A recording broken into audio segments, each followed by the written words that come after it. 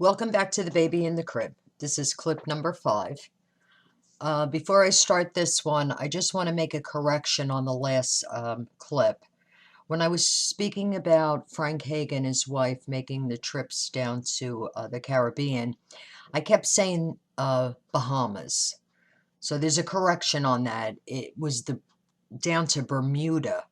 The trips are listed as, for John Milton, all of the trips that are listed is Hamilton, Bermuda. What actually struck me was the one record that I looked at when I was talking about the husband and wife, him being with the husband and wife. He actually has on records, it looks like there's 2 addresses for him, one within Jersey City. Then there's another one that shows Exchange Place. Now, Exchange Place, from what I remember of it, is at the ends of the downtown, all the way downtown Jersey City, right on the water line. And that's mostly buildings and businesses there. My guess is that that was where his law office was. So the record that I had looked up for John Milton when he was with this couple, all 3 of their addresses on the ship record are listed as Exchange Place.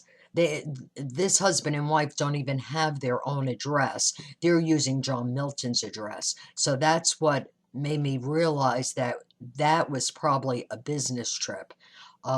Digging into it more, that's when I realized, it looks like he's doing business down there. He's going down there multiple times alone. Then you see him travel with other people. That's when I looked into the banking down there, and it's very popular. It's very popular now. That was one of the issues with Mitt Romney when he was running. A lot of his money is down there. But back in the 30s, they did it then too. So that's it's a good assumption that that's what John Milton was doing in Bermuda. And so that, with Hague and his wife going down there. But like I said, correction, I kept saying Bahamas, but it really is Bermuda. This clip here, I want to backtrack a little bit. I start to ramble and, sometimes I go into different directions, and there's so much information, I don't want to be really confusing here. But I want to jump back to Frank Hague, to Danny Luzzy, our cousin that worked for him. Okay. Like I said, he was listed as an elevator operator, and it's quite obvious that that really wasn't his title, but that was not unusual. A lot of the people that held jobs within the city would be listed as different things. It was never an accurate record. But anyway, anyone that's done research on Frank Hague would be familiar with Danny Luzzy. At the end of Frank Hague's career as mayor, at the very end there, he had retired, and he assigned, he put in his nephew to take over the rest of his term. And then when the election came up, the nephew ran, and that's when he lost the election. So at the end of that time, Danny Luzzy, it's listed in the newspapers from back then, that was in the 40s, the late 40s, he was listed there as being caught burning important documents in City Hall, downstairs in the basement, I guess in their incinerator or furnace. But he was caught burning papers. I mean, he was supposed to be an elevator operator. Like I said, he wasn't. But even if he was, an elevator operator shouldn't really be in the basement burning papers. But he was caught burning papers. So I did a little research into him, too, because after the Hague, I'm sure all of them knew at that time that the walls were starting to crash. Um, Danny had, even though he was still living in Jersey City, he's also listed as having a home in Spring Lake, in Monmouth County. It seems like a lot of the people in Jersey City eventually headed down that way, South Jersey. But he had a house in Spring Lake. Um, and it's funny because the research of that area, I did a lot of research on, the family members, and then that part of it basically fell into the area of the workers because, he worked there. There was also another person that I found living right down the street from him. Um, it was a police officer from Jersey City. And they only live a block away from each other in this lake community. I mean, their house was right on the lake. Um, Having a house there at that time tells me that, yeah, his job was more than just an elevator operator because he was listed as owning still the Jersey City home, where his brother and his sister were still living there with, her husband, and I believe my great grandmother was still alive then. But he owned this house in Spring Lake, and right down the street, um, it was a police officer from Jersey City. And, by seeing that, it told me, okay, he must have been close to this guy. Um, Even though Danny wasn't a police officer, he worked in the mayor's office. So, this officer living right there, I started to look into him. And that is the point where I realized what direction I should go into because the name of this police officer was already familiar in our research. It had came up quite a few times, and I'm going to get into that part of it at the end of this clip, but I just wanted to bring that up. Also, Red Johnson, I want to mention him again. Um, when he was, before the kidnapping, okay, he jumped ship, like they said, he was a sailor, he was back and forth into New York. Um, and he had jumped ship and he stayed here in New Jersey. Exactly where he went in the very beginning is unclear. He did go back. His brother lived in Connecticut, so he would go there and stay with him, live in different places. During the investigation into the kidnapping, Red Johnson, it was noted by the police that Red Johnson was known to stay in Inglewood. Okay, now it's unclear when they mention that he had an apartment in Inglewood, because then they mention that he also stayed in like a boarding house in Inglewood where Margurite Young, who was employed by the Morrow household as the seamstress, where she lived. Now, there was also another person in the Morrow household as the chauffeur, and that was Charles Ellerson. Now, it was Johnson, Margurite Young, and Ellerson that were listed as living in this boarding house together. So I wanted to bring that up. Now, from what police knew, Johnson made friends with Margurite and her husband. Her husband had came over from Germany, and they became friends. Him and Betty Gow and Margurite and her husband were friends. They used to go out on dates and stuff. In fact, Margurite was Red Johnson's alibi for the night of the kidnapping. They were supposed to be out riding. I think they went for coffee and they were out for a ride. But I just wanted to mention that while I was on the subject of Johnson, that there was a time when they believed that he did stay in the boarding house with Margurite, and that she's going to be something that I'm going to talk about also because there's some new findings on her that are pretty substantial in this research.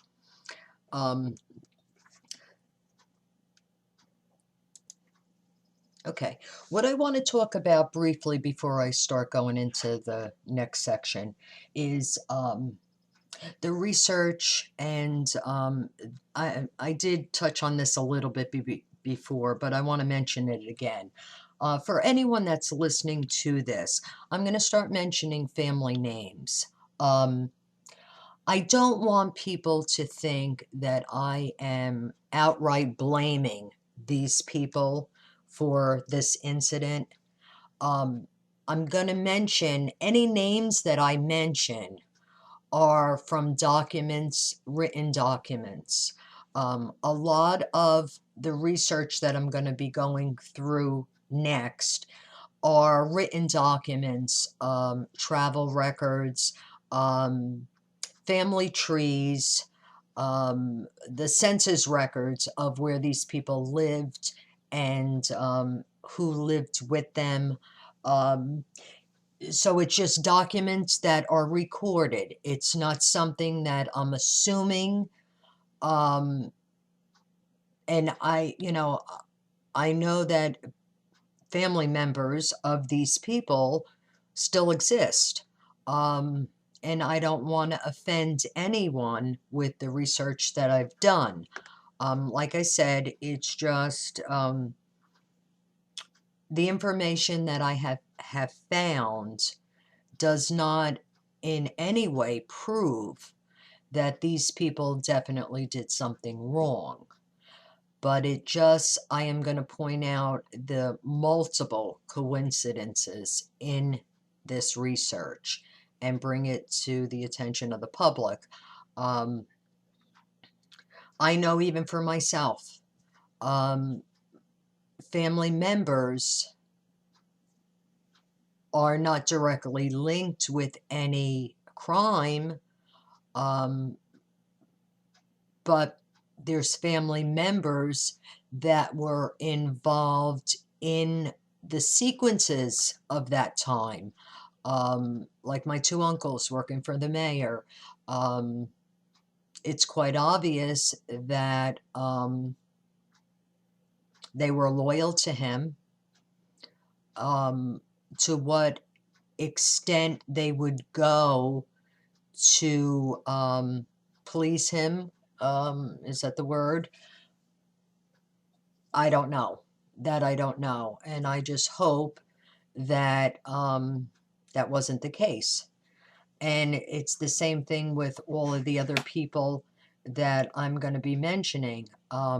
It's from records, written documents, recorded documents, um,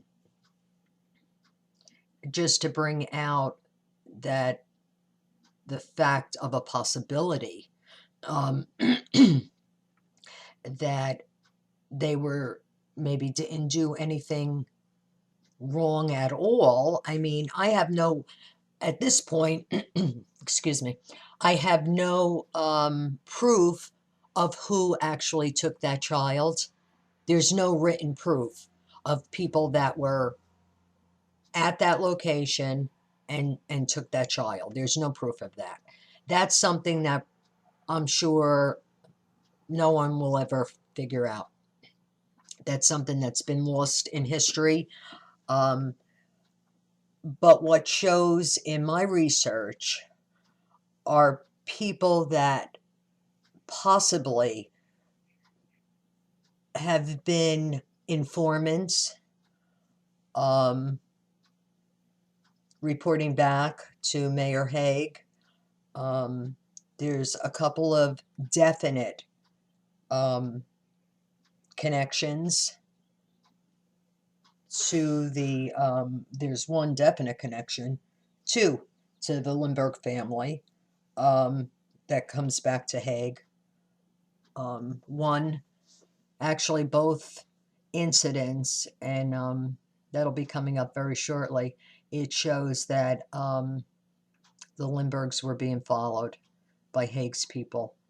But like I said, for family members, because the families that I'm dealing with here, the one family is extremely large.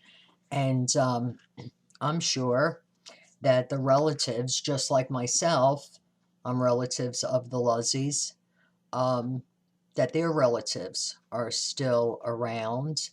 And this research was not meant to do harm to anyone's family. Um, but it is the research. And every now and then I will throw in my personal opinion. I try not to do that too much. But anyone that's familiar with the case would probably agree, you know, with some of the thoughts on it. So I'm not going to bore you with any more of this. We're going to start. The first person I want to talk about is Margurite Young.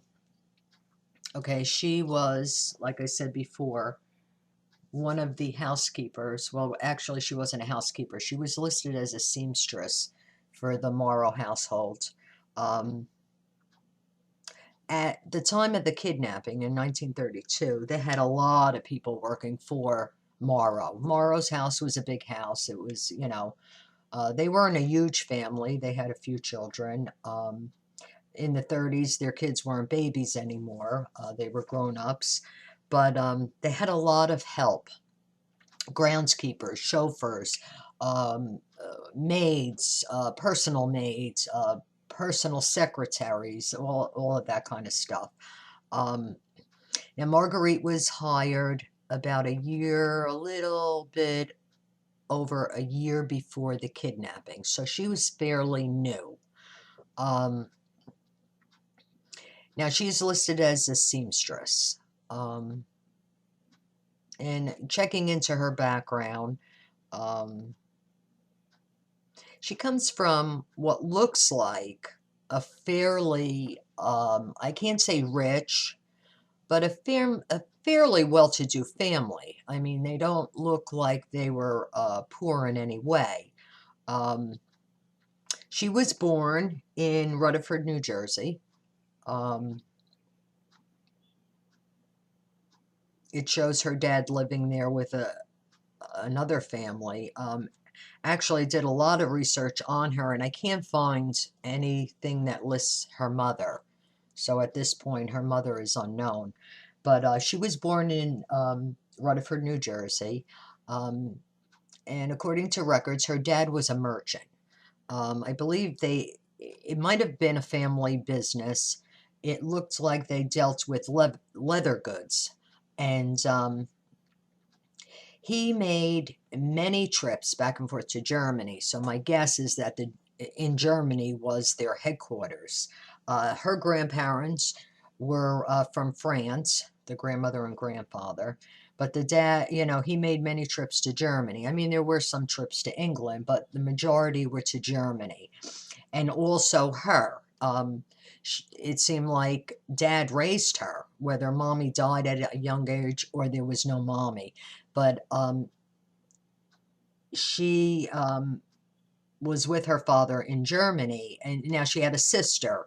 And it looks like her and her sister were sent to Switzerland. They must have been in a boarding school in Switzerland. And I came across a record that shows that her father wanted them to live there and go to school. He wanted them to learn how to speak French. I'm sure, though, for the amount of time that they spent in Germany, that they knew how to speak German, read and write German. So it shows a lot of trips to Germany and then the trip to Switzerland. So then as she's older, she comes back. Now, she has family that lives mostly in New York. How she wound up in Inglewood is, you know, as a seamstress, seemed a little funny. Back then in the 30s, any female really could pass themselves off as a seamstress because most of them knew how to do that. But, you know, her job at the Morrow House seems odd for a person that came from a family like she did.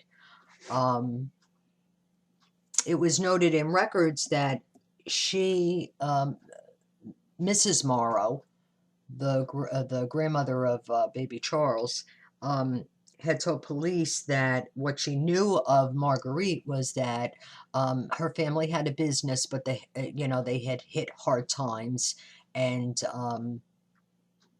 they weren't doing, the business wasn't doing as well as it was before. Um, but the funny thing about her is, doing the research, being that she was only a new hire, and then when I started to research her, there was something odd about this because here she is from a fairly prominent family, okay? If you do, and I did a family tree on her, I mean, she has prominent people in her family, politicians, doctors, you know, for her as a young girl to be working as a seamstress in a household as like a maid was a little odd. But now, obviously, she married her husband in Germany. He's from Germany. Okay. He came here. He had no job from records, like, right, and which is understandable. I mean, how many people coming into the country has a job right away? The man might not have even spoke English, but he had came here and he was living with her in that boarding house in Inglewood. Now, if you research her further in later life, she makes trips back to Germany, and I am sure that he still had his family there, but they make trips back to Germany. But she's listed as her home after the kidnapping. I believe now the kidnapping was in 32, so it was somewhere around maybe 1934. She's listed as living in the Waldorf Astoria in New York.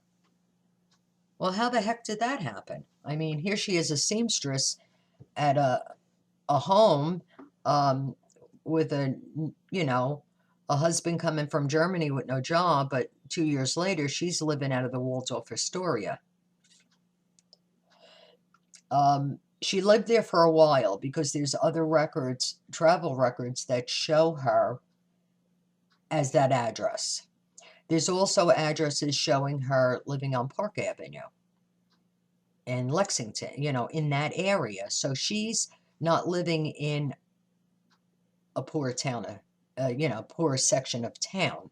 She's living in a higher life, Where'd she get that money from? I mean, you know, could have her husband have come here and hit it rich, struck it rich right away. But it just seemed odd. So that, made me look into her a little bit more. What I found out that is, first of all, her name is not Marguerite, it's Adele. Marguerite looks like it's her middle name. All her documents and records, she's listed as Adele. What I haven't heard from anything that I read on the boards about the Lindbergh kidnapping, when they mention her, they do mention a sister. She has a sister. Her sister's name is Juliet. What I never heard was she has a twin sister. Her sister Juliet is an identical twin sister. And no one ever mentioned that. And I just found that to be funny. Um, if you're doing something wrong, an identical twin comes in handy. That's my personal opinion. But she has the identical sister. And even later on in life, I mean, her sister gets married. She's living in, I believe, Montclair, New Jersey. Um, there's never a mention of mommy, so that we couldn't track, the family tree as far as her mother goes. Um,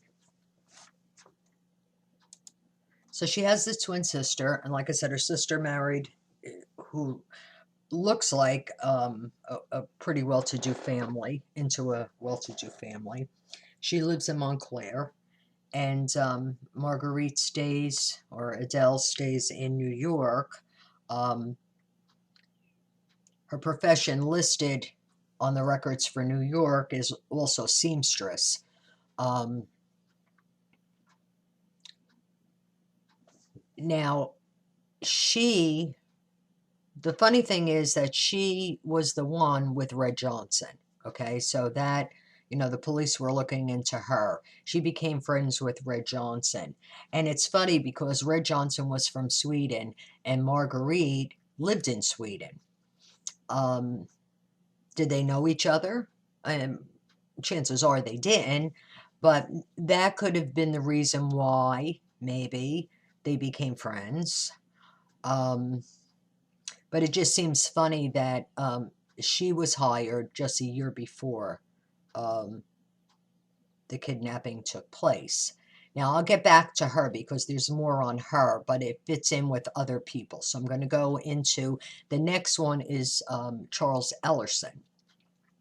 He was also employed by the Morrow household, and I believe in the beginning he was hired around the same time, about a year or so, a little bit more than a year before the kidnapping happened.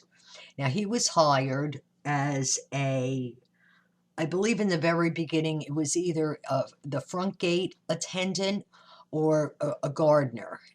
I think he did a little bit of both. But right before the kidnapping, he was actually a chauffeur. He was chauffeuring this baby around back and forth to nursery school. Um, Even though the baby was young, he was only 2. Anne Morrow in Lindbergh, her sister, had a daycare for children, and that's where the child attended. Um, and Ellerson would drive the little one back and forth each day to the school. Um, he was also the one that took Betty Gow down to Hopewell. When the kidnapping happened, he drove her from Inglewood down to Hopewell. In fact, they investigated him because he was gone so many hours after, and they wanted to know his whereabouts. So I did a search on him, and not surprising, Ellerson was born and raised in Jersey City. Okay.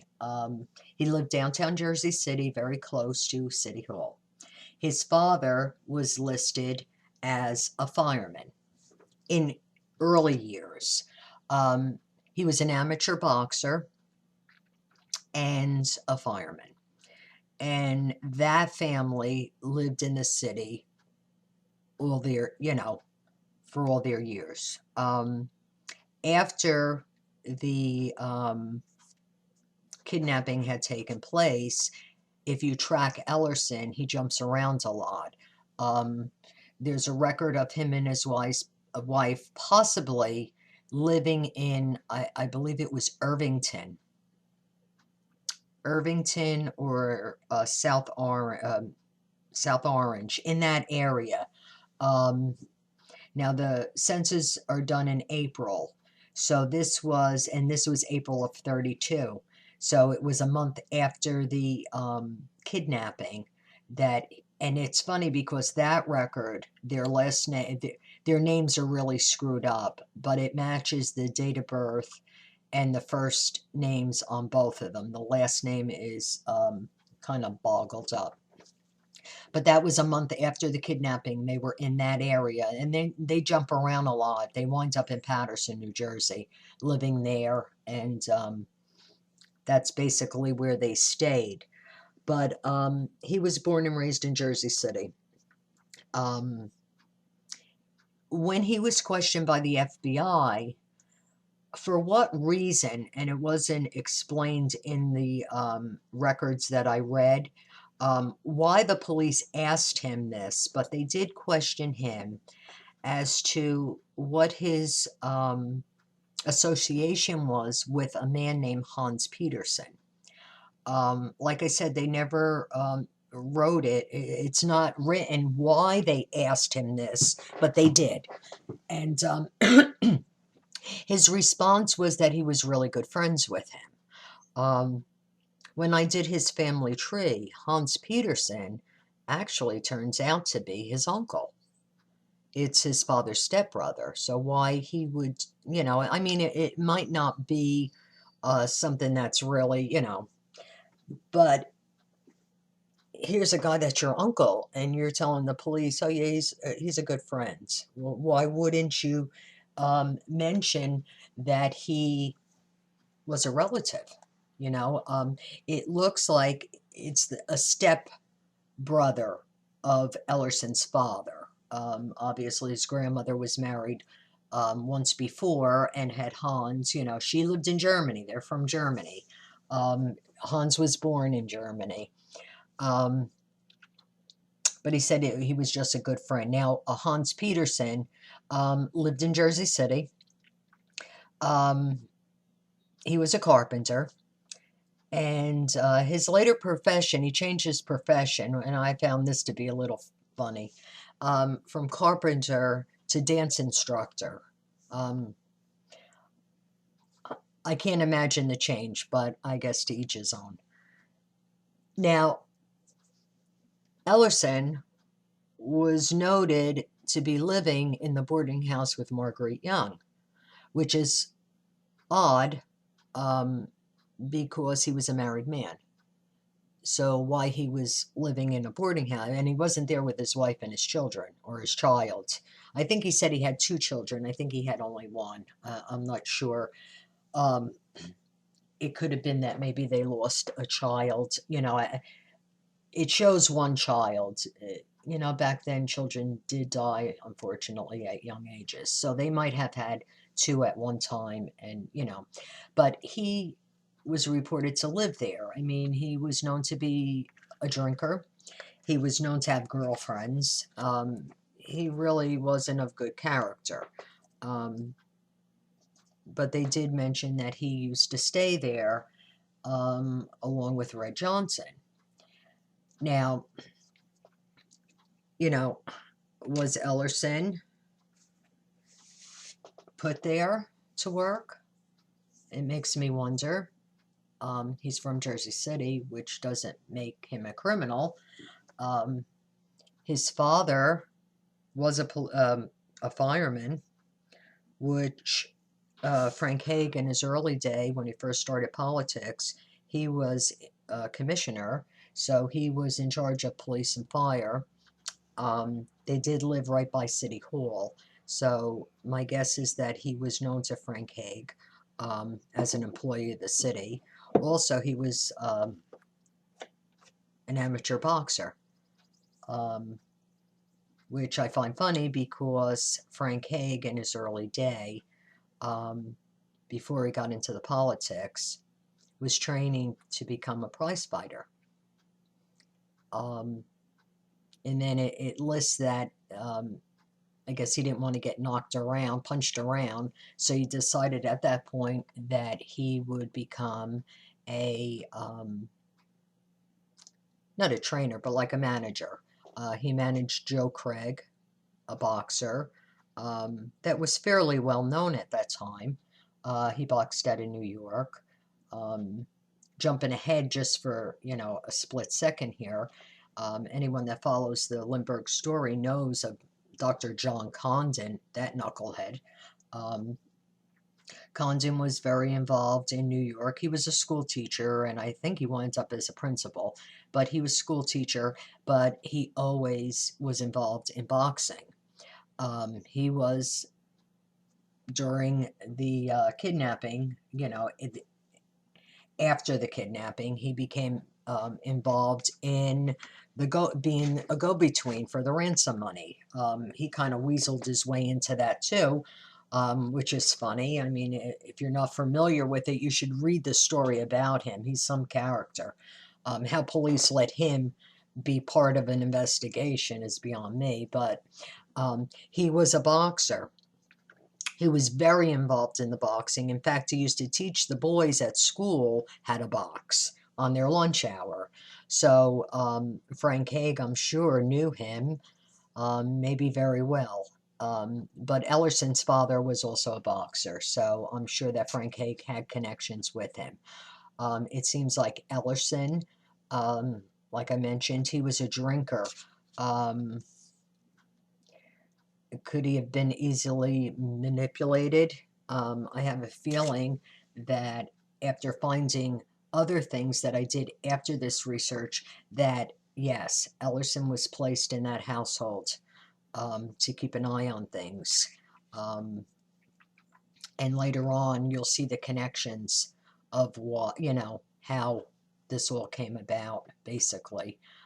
It makes more sense when I start naming the other things that I found in this research.